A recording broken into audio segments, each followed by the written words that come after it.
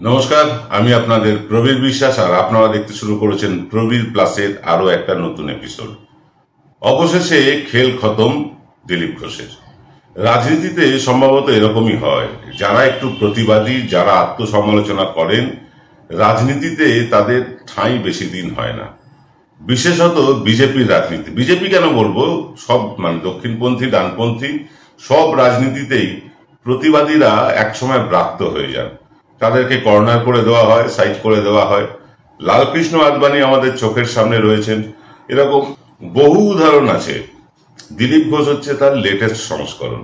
তার মানে কি তৃণমূল ধোয়া তুলসী পাতা? একেবারেই না। তৃণমূলেও যারা প্রতিবাদী, যারা দলের সমালোচনা করেন, গঠনমূলক সমালোচনা করেন, তাদেরকে তৃণমূল জায়গা দেয় না। সিপিএমেও তাই, কংগ্রেসেও তাই। যেখানেই একটা মানুষ দলের ভালোর জন্য দলের সমালোচনা করেন, সেখানেই তাদেরকে সরিয়ে দেওয়ার একটা প্রবণতা সমস্ত দলের ক্ষেত্রে দেখা যায়।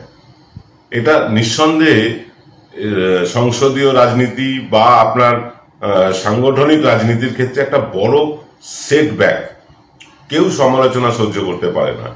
মমতা বন্দ্যোপাধ্যায়ের দলে থেকে মমতা বন্দ্যোপাধ্যায়কে সমালোচনা করা সম্ভবত কোনো তৃণমূলের পক্ষে সম্ভব নয়।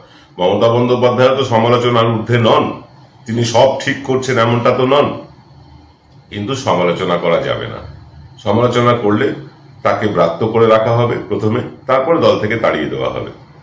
এটা সিপিএম এর ক্ষেত্রেও তাই, এটা বিজেপির ক্ষেত্রেও তাই। বিজেপিতে দিলীপ ঘোষ একটা ব্যতিক্রমী চরিত্র। দিলীপ ঘোষ কখনোই রাজনীতিতে আসতে চাননি। তার কথা অনুযায়ী তিনি আরএসএস করা লোক, সংগঠন করতে চেয়েছিলেন। সংগঠন করতে গিয়ে তিনি আরএসএস কে ভালো সংগঠিত করেছিলেন, এবং যখন তাকে বিজেপি করতে বলা হলো আরএসএস এর পক্ষ থেকে, সংসদীয় রাজনীতিতে নামতে বলা হলো, তখন তিনি কিন্তু তার কারিশমা দেখিয়েছেন। 18টা সিট বিজেপি বাংলায় কখনো জিতবে, এটা বিজেপির অতি বড় সমর্থকও ভাবেননি। এবং তার আমলেই বহু লোক তৃণমূল ছেড়ে, সিপিএম ছেড়ে বিজেপিতে জয়েন করেছিলেন। সেক্ষেত্রে মুকুল রায়ের খানিকটা অবদান ছিল নিশ্চয়ই, কিন্তু তার আমলেই হয়েছে। আবার তিনি যখন সভাপতি ছিলেন, তখনই বিজেপি সর্বোচ্চ বিধানসভার সিট পেয়েছে 77টি। এরপরে বিজেপিতে নতুন সভাপতি এলেন সুকান্ত মজুমদার। এটা বিজেপির স্বাভাবিক নিয়মেই হয়, 2 বছর অন্তর অন্তর বা 2টো টার্মের বেশি তারা কেউ সভাপতি থাকতে পারেন না। দিলীপ ঘোষের সুকান্ত মজুমদার, তিনি সংগঠনের সম্ভবত কিছুই বোঝেন না, কারণ তিনি নির্ভরশীল হয়ে পড়লেন তখন শুভেন্দু অধিকারীর ওপরে। শুভেন্দু অধিকারী বকলমে তিনি সংগঠন চালাচ্ছিলেন, রাবার স্ট্যাম্পের মতন হয়ে রইলেন সুকান্ত মজুমদার। সেই সুকান্ত মজুমদার যাতে নির্বাচনে জিততে না পারে, তার সমস্ত চেষ্টা শুভেন্দু অধিকারী করলেন, কিন্তু তা সত্ত্বেও সুকান্ত মজুমদার জিতলেন এবং সংগঠনের সভাপতি হয়েই রইলেন। কিন্তু সভাপতি হলে হবে কি? সুকান্ত মজুমদার পশ্চিমবাংলার কটা ব্লককে চেনেন বা কটা অঞ্চল চেনেন, সেইটা নিয়ে প্রশ্ন চিহ্ন আছেই। যতটা শুভেন্দু অধিকারী চেনেন, তার 1/10 বোধহয় সুকান্ত মজুমদার চেনেন না। এটা বাস্তব সত্য, সুকান্তবাবু নিজেও স্বীকার করবেন। এবার ঘটনাটা হচ্ছে যে, যেহেতু তৃণমূলে থাকাকালীন তৃণমূল দলটাই এরকম যে তাদের নেতাদের সারা রাজ্য ছুটে বেড়াতে হয়। এই বর্তমানে দেখুন, যারা আছেন তাদের প্রত্যেককেই রাজ্য জুড়ে কাজ করতে হয়। শুভেন্দুও তৃণমূলে থাকাকালীন রাজ্য জুড়ে কাজ করেছেন, ফলে রাজ্যের প্রতিটি ব্লক, প্রতিটি ওয়ার্ড বলবো না, কিন্তু প্রতিটি ব্লক তার নখদর্পণে। ফলে সুকান্ত মজুমদার খুব নির্ভরশীল হয়ে পড়লেন শুভেন্দু অধিকারীর উপরে। এবং শুভেন্দু অধিকারী বকলমে ক্ষমতা পেয়ে যা খুশি তাই করলেন। এই যা খুশি তাই করার মধ্যে শুভেন্দু অধিকারী যেটা প্রথম করলেন, সেটা হচ্ছে দিলীপ ঘোষকে কর্নার করার চেষ্টা। তাকে তার জেতা আসন থেকে তুলে নিয়ে একটা এমন আসনে ফেললেন যেখানে তিনি জিতবেন না, এবং সেটা দিলীপ ঘোষ জানতেন।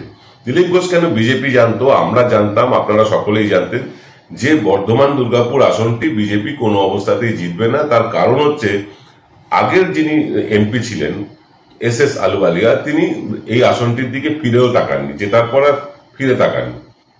ফলে মানুষের ক্ষোভ ছিল, সেখানে বিজেপি হারতই। এবং সেই আসনে পাঠানো হলো দিলীপ ঘোষকে, এবং দিলীপ ঘোষকে পাঠিয়ে সেখানে প্রায় জোর করে হারিয়ে দেওয়া হলো। দিলীপ ঘোষের পতন শুরু হলো। কিন্তু দিলীপ ঘোষ তো দিলীপ ঘোষ, তিনি যেখানে মিডিয়া, সেখানে প্রতিদিন সকালবেলা তিনি যে মর্নিং ওয়াক করেন ইকো পার্কে, সেখানে মিডিয়া কুলের ভিড়, সেখানে তিনি নানা রকম বক্তব্য রাখেন, রাজনৈতিক বক্তব্য রাখেন, শ্লেষ দেওয়া বক্তব্য রাখেন, এইসব ইত্যাদি রেখে রেখে তিনি কিন্তু মিডিয়ায় ভেসে থাকলেন। এবং মাস্টার স্ট্রোকটা হলো লাস্ট জগন্নাথ মন্দিরে যাওয়া। জগন্নাথ মন্দিরে যাওয়াকে বিজেপি এন্ডোর্স করে না, এটা কে বলেছেন? বলেছেন সুকান্ত মজুমদার। মন্দিরে যাওয়াকে বিজেপি নাকি এন্ডোর্স করে না, মানে যে মন্দির নরেন্দ্র মোদী স্থাপন করবে বা নরেন্দ্র মোদীর তত্ত্বাবধানে স্থাপিত হবে সে মন্দিরে যাওয়া যাবে, অন্য কেউ মন্দির স্থাপন করলে সে মন্দিরে যাওয়া যাবে না। বিজেপির এই দ্বিচারিতাটা প্রথম প্রকাশ করলেন কিন্তু সুকান্ত মজুমদার প্রকাশ্যে। আর শুভেন্দু অধিকারী তিনি তো আগেই বলেছেন তিনি জগন্নাথ মন্দিরে পা দেবেন না। তিনি কেমন সনাতনী হিন্দু আমি জানি না, যে একজন সনাতনী হিন্দু হয়ে তিনি বলছেন জগন্নাথ মন্দিরে পা দেবেন না। এটা কি ধরনের সনাতনী আমি জানি না। এর আগে তাকে আমরা দেখেছি মাথায় রুমাল বেঁধে ইফতার করতে। এর আগে তাকে আমরা বহু মুসলিমদের অনুষ্ঠানে যেতে দেখেছি। ইদানিং তিনি অতিরিক্ত সনাতনী হয়ে গিয়েছেন, এবং অতিরিক্ত সনাতনী হতে গিয়ে তিনি যেটা করে বসলেন সেটা হচ্ছে ফাউল, একটা মাস্টার ব্লান্ডার করে বসলেন। সেটা হচ্ছে তিনি বললেন আমি জগন্নাথ মন্দিরে পা দেব না। তো পা যখন দেবে না বাবা, তখন মন্দির যখন শিলান্যাস হয় তখন গিয়েছিলে কেন? তার মানে মন্দির নিয়ে রাজনীতিটা যে তোমরা করছো এটা তো পরিষ্কার। যদি আমি পাই না দেব, জগন্নাথের প্রতি যদি আমার এতটাই অশ্রদ্ধা থাকবে, এতটাই অভক্তি থাকবে, এতটাই ঘৃণা থাকবে, তাহলে আমি শিলান্যাসে থাকবো না। তখন তো মমতা ব্যানার্জির আঁচল ধরে ঠিক শিলান্যাস করতে গিয়েছিলেন। এখন যেহেতু মন্দিরটা কমপ্লিট হয়ে গিয়েছে এবং মন্দিরকে ঘিরে একটা বিরাট ব্যবসার সম্ভাবনা তৈরি হয়েছে, 3 দিনে 10 লক্ষ লোক এই মন্দির দেখেছেন। অর্থাৎ বুঝতেই পারছেন যে দীঘার ব্যবসা কতটা ফুলে ফেপে উঠেছে। শুধু ব্যবসায়ী না, স্থানীয় মানুষেরাও ভীষণ খুশি। শুভেন্দুর গড়ে গিয়ে এভাবে থাবা বসানো শুভেন্দু মেনে নিতে পারছেন না, ফলে তিনি জগন্নাথ মন্দিরে যাবেন না। অর্থাৎ তিনি রাজনীতি করতে গিয়ে ভগবানের মন্দিরে যাবেন না, এরকমটাও বলছেন। এটা কি ধরনের হিন্দুত্ব, কি ধরনের সনাতনী আমি জানি না। কারণ আমি জন্মসূত্রে আমিও হিন্দু, আমার ব্যক্তিগতভাবে কোনো ধর্ম নাও থাকতে পারে, কিন্তু জন্মসূত্রে আমি হিন্দু পরিবারে জন্মেছি। আমার কোনো ধর্মেই আস্থা নেই, কোনো ধর্মেই অশ্রদ্ধা নেই। আমি সব ধর্মকেই সম্মান করি, কোনো ধর্মকেই মানি না। এটা আমার ব্যক্তিগত ব্যাপার। আমার মতন অনেক লোক আছেন, আমরা ঈশ্বরে ভক্তি রাখি কিন্তু ধর্মে বিশ্বাস রাখি না। অসংখ্য মানুষ পাবেন সারা পৃথিবীতে এরকম। তো সেরকমের মধ্যে আমি একটা ক্ষুদ্র মানুষ। আমার ক্ষুদ্র বুদ্ধিতে যেটা মনে হচ্ছে যে আমি জগন্নাথ মন্দিরে পা দেব না বলাতে একটা বড় অংশের হিন্দু ভোট থেকে বিচ্ছিন্ন হয়ে গেল বিজেপি। এবং দিলীপ ঘোষ যেটা করেছিলেন যে মমতা বন্দ্যোপাধ্যায় জগন্নাথ মন্দিরের পুরো একা ক্রেডিট নিয়ে নেবেন, সেইটা যাতে নিতে না পারেন তার জন্য দিলীপ ঘোষ সেখানে সস্ত্রীক উপস্থিত হয়েছেন। এবার দিলীপ ঘোষকে নিয়ে অ্যালার্জি অনেকেরই আছে, অনেক ইউটিউবারদের আছে যারা শুভেন্দুর খামে পুষ্ট, শুভেন্দু তাদের খাম পাঠান, তাতেই তারা আনন্দিত, শুভেন্দুর জয়গান করেন।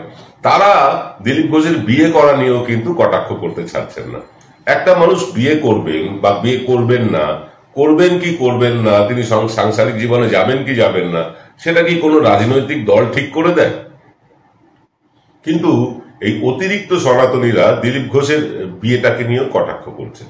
দিলীপ ঘোষ বরাবরই প্রতিবাদী চরিত্রের মানুষ, মুখে কোনো রকম লাগাম নেই, যখন যেটা মনে আসে সেটা ভালো হোক মন্দ হোক তিনি বলে ফেলেন। তিনিও কিন্তু বেশ কিছু কথা বলেছেন যেটা দলের পক্ষে যায়নি, এবং যার ফলেই তাকে কর্নার করার একটা প্রচেষ্টা হয়েছে। এমনিতেই যখন দিলীপ ঘোষ জগন্নাথ মন্দিরে গেলেন, দিল্লি থেকে যা আমাদের কাছে খবর এসেছিল তাতে আমরা দেখতে পেয়েছি যে একটা বড় অংশ বিজেপির, একটা বড় অংশ আরএসএস এর একটা বড় অংশ দিলীপ ঘোষের এই মন্দিরে যাওয়া নিয়ে আপত্তি করছেন না, কিন্তু বাংলার বিজেপি সেটা নিয়ে হইচই বাঁধিয়ে দিয়েছে।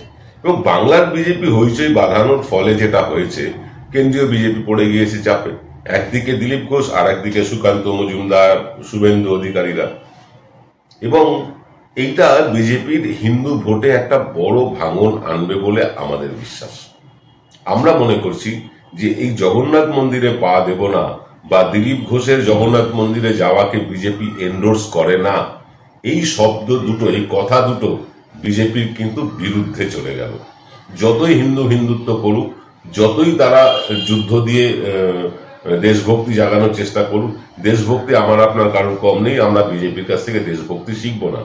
আজকে ভারতের 140 কোটি লোক ভারতীয় সেনার পাশে আছে, তারা যা করছে ঠিক করছে এবং এটাই করা উচিত। আমাদের ঘরে ঢুকে কেউ এসে গুলি চালিয়ে মেরে যাবে আর আমরা দিনের পর দিন সেটা সহ্য করে যাব, এটা তো হতে পারে না। যা করেছে ঠিক করেছে, আরো করা উচিত। কিন্তু এইটা ভাঙিয়ে ভোট পশ্চিমবাংলায় হবে না। বিহারে সিন্ধু নিয়ে পোস্টার পড়তে পারে, তা নিয়ে ভোট হতে পারে, কিন্তু পশ্চিমবাংলায় এই নিয়ে ভোট হবে না। পশ্চিমবাংলার ভোটটা উন্নয়ন নিয়ে হয়। যে উন্নয়নটা দীঘায় মমতা বন্দ্যোপাধ্যায় করতে চেয়েছেন এবং সেই উন্নয়নের মানে পুরো ক্রেডিট যাতে মমতা ব্যানার্জির কাছে না যায়, সেই জন্য দিলীপ ঘোষ সেখানে পৌঁছলেন, যে সেখানে বিজেপির উপস্থিতিও আছে। উন্নয়নের কাজে বিজেপি কখনো বাগড়া দেয় না, এইটা বোঝাবার জন্য দিলীপ ঘোষ গেলেন। আর দিলীপ ঘোষকে সঙ্গে সঙ্গে একটা সুযোগ পেয়ে গেল শুভেন্দুর লবিরা, তারা দিলীপ ঘোষকে অ্যান্টি বিজেপি এস্টাবলিশ করে দিল। কেন্দ্রীয় নেতৃত্বকে বোঝানো হলো যে দিলীপ ঘোষ এই মন্দিরে গিয়ে বিরাট অন্যায় কাজ করেছেন, মন্দিরে যাওয়া মোটেও দিলীপ ঘোষের কাজ হয়নি, উচিত হয়নি, বিয়ে করাটা মোটেও দিলীপ ঘোষের ভালো কাজ হয়নি, বিয়েতে মমতা বন্দ্যোপাধ্যায় উপহার পাঠিয়েছে, তার মানে নিশ্চয়ই মমতা ব্যানার্জির সাথে দিলীপ ঘোষের কোনো সাঁঠগাঁঠ আছে। এক ইউটিউবার তো বলেই দিলেন তিনি নাকি দীর্ঘদিন ধরে টুকটাক টুকটাক টুকটাক টুকটাক টুকটাক টুকটাক কি টুকটাক খবর পেয়েছেন ভগবানই জানেন, কিন্তু খবর পেয়েও তিনি চুপ করে গেছেন। তার মানে তিনি সত্যকে গোপন করেছেন। একটা সাংবাদিক হিসেবে পরিচয় দেওয়া মানুষ সত্যকে গোপন করছেন, মানে তিনি সাংবাদিকতার সাথেও বেইমানি করেছেন। দিলীপবাবু তো 2019-এর লোকসভা নির্বাচনের আগে যথেষ্ট ভালো পারফর্মার ছিলেন। সেই মানুষটার এই বিচ্যুতিটা কেন, এটা আমাকে ভাবাতো বারবার। সেই মানুষটা কেন গোপনে তৃণমূল কংগ্রেসের সঙ্গে আন্ডারস্ট্যান্ডিং রাখত, আমাকে এই প্রশ্নটা বহুবার ভাবিয়েছি। কি কারণে? রাজ্য বিজেপির সঙ্গে তার একটা মানে কেন্দ্রীয় বিজেপি নেতৃত্বের সঙ্গে তার একটা ছাড়ো ভাব ছিল যে আমাকে আপনারা মন্ত্রী করলেন না, আমার এত বছর তার থেকে আমার থেকে জুনিয়র সবাইকে মন্ত্রী করে দিলেন, কোথায় শান্তনু ঠাকুরকে মন্ত্রী করলেন, কোথায় জন বার্লাকে মন্ত্রী করলেন, কোথায় নিশীথ প্রামাণিককে মন্ত্রী করলেন, কোথায় সুভাষ ঠাকুরকে মন্ত্রী করলেন, আমি কিসে থেকে কম। স্বাভাবিকভাবে একজন রাজনৈতিক নেতার তো অ্যাম্বিশন থাকে, সেই অ্যাম্বিশনটা ছিল। আরএসএস এর প্রচারক ছিলেন তিনি একটা সময় এতে ছিলেন, আন্দামান নিকোবরের প্রচারক হিসেবে কাজ করতেন। আরএসএস এর যারা প্রচারক তাদের গার্হস্থ্য জীবন যাপন করার কোনো অবকাশ নেই, ফলত তাদের ত্যাগই বলা হতো। সেই মানুষটা আচমকা বিয়ের পিড়িতে বসে পড়লেন কেন? রাজ্য বিজেপির কর্তা ব্যক্তিদের নিকটজনেরা মিডিয়াতে ফোন করে বলেছেন যে দিলীপবাবুর বাড়িতে ডক্টর সুকান্ত মজুমদার, মঙ্গল পাণ্ডেরা এই সময় যাবেন, আপনারা কিন্তু তার আগে পৌঁছে যাবেন। দিলীপবাবুর আইডিয়াল ভিলার ঠিক বাইরে আপনারা দাঁড়াবেন, ভেতরে ঢুকতে দেবে না, ওখান দিয়ে গাড়িটা 14টা গাড়ি বা 10টা গাড়ি ঢুকবে, সেই গাড়িটা মিডিয়াকে খবর দেওয়া হতো। অর্থাৎ যে সময় দাঁড়িয়ে উত্তাল বাংলা, যে সময় দাঁড়িয়ে বিজেপির অসংখ্য কর্মীর মনে অসংখ্য যন্ত্রণা, সেই সময় মিডিয়ার ক্যামেরাটা আচমকা সমস্ত যন্ত্রণা থেকে সরিয়ে রাজ্য বিজেপির প্রাক্তন সভাপতি, প্রাক্তন সাংসদ, তিনি বিয়ে করতে যাচ্ছেন রাজ্যের দলেরই এক সহকর্মীকে, সেই খবরটার দিকে কনসেন্ট্রেট করিয়ে দেওয়ার একটা পরিকল্পিত চেষ্টা। খারাপ লেগেছিল, বিশ্বাস করুন, খারাপ লেগেছিল। তো এইরকম বেইমান লোক দিয়ে এখন বিজেপি ভরে গেছে।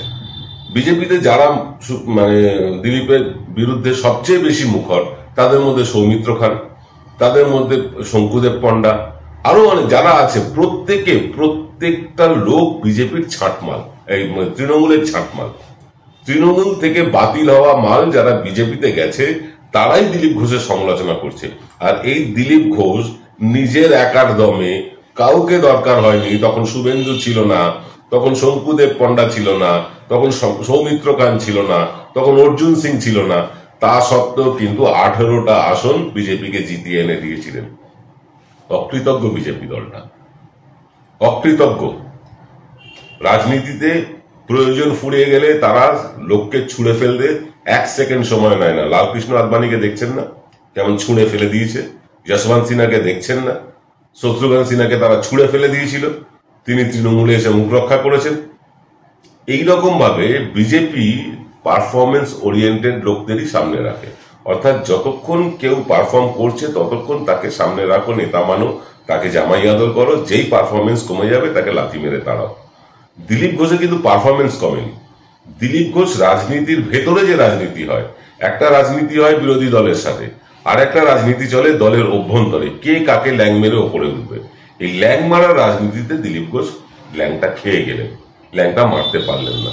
আরএসএস করা লোক, এমনি খুব উদার মনের লোক, তিনি কিন্তু এই রাজনীতির ভেতরে যে রাজনীতি চলছে তাকে নিয়ে, তাকে সরাবার যে একটা পরিকল্পনা চলছে, এটা কিন্তু তিনি প্রথমে বুঝতে পারেননি। তিনি যখন বুঝেছেন তখন অনেকটাই দেরি হয়ে গিয়েছে। আমি দিলীপ ঘোষের পক্ষে কোনো কথা বলতে চাই না, কিন্তু দিলীপ ঘোষের সাথে যেটা হয়েছে সেটা আমি দিলীপ ঘোষের সমর্থক না হয়েও বলতে পারি, বা দিলীপ ঘোষের দলের আদর্শের বিরোধে থাকা একজন মানুষ হিসাবে বলতে পারি যে দিলীপ ঘোষের সাথে যেটা হয়েছে সেটা বিজেপি অন্যায় করেছে। লালকৃষ্ণ আদবানির সাথে যেটা হয়েছে সেটা বিজেপি অন্যায় করেছে। এই অন্যায়ের মাসুল বিজেপিকে দিতে হবে। কারণ পশ্চিমবাংলা জুড়ে আমরা যে সমীক্ষা করছি তাতে দেখতে পাচ্ছি দিলীপ ঘোষের ফ্যান ফলোয়ার মোটেও কম নেই, বরং বহু ক্ষেত্রে শুভেন্দুর থেকে অনেক বেশি, বহু জায়গায় বেশি। বিশেষ করে উত্তরবঙ্গে তো আছেই। উত্তরবঙ্গে মানে শঙ্কর ঘোষ এবং আমাদের শুভেন্দু অধিকারী, এই দ্বৈরথে বিজেপি কিন্তু পিষ্ট হয়ে গেছে। সেখানে পুরনো আদি বিজেপি যারা, তারা এক ঘরে হয়ে গিয়েছে। এই আদি বিজেপির জোরেই উত্তরবঙ্গ কিন্তু দখল করেছিল বিজেপি।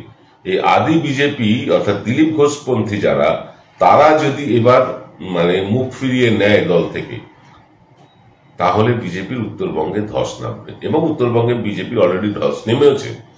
সেটা নিয়ে না হয় পরে একদিন আলোচনা করব।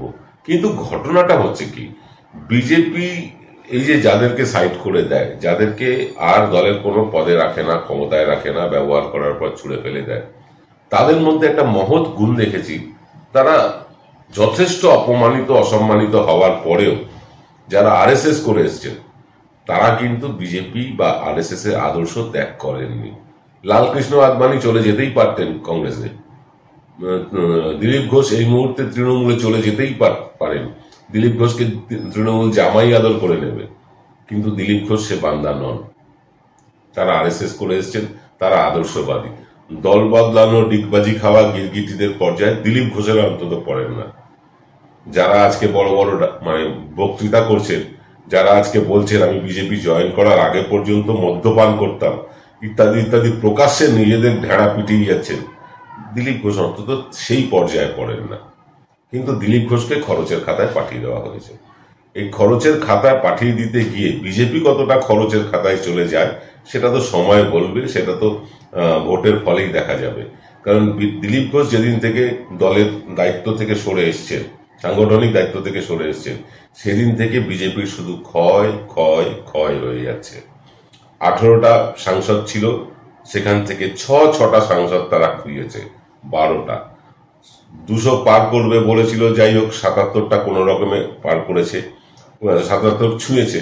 সেটাও কমতে কমতে আজকে 65তে এসে দাঁড়িয়েছে, আর কিছুদিনের মধ্যেই সেটা হয়তো 61 হয়ে যাবে। পঞ্চায়েতে ভরাডুবি ঘটেছে, পৌরসভায় ভরাডুবি ঘটেছে, সমবায় নির্বাচনগুলোতে একটার পর একটা হারছে। বুঝতে পারছেন? তার মানে বিজেপি, দিলীপ ঘোষ ছাড়া বিজেপি মানে মাইনাস দিলীপ ঘোষ বিজেপি এখন খরচের খাতায়। এই খরচের খাতা কতটা দীর্ঘ হবে তার উত্তর সময় দেবে, আমরা অপেক্ষা করব তার জন্য। আর আপনারা অপেক্ষা করুন আজ রাত 8টার এক্স ফ্যাক্টরের জন্য। আসবো এনকে ডিজিটালে নিয়ে। সকলে ভালো থাকবেন। আজ এই পর্যন্ত, দেখা হবে আবার আগামীকাল। নমস্কার।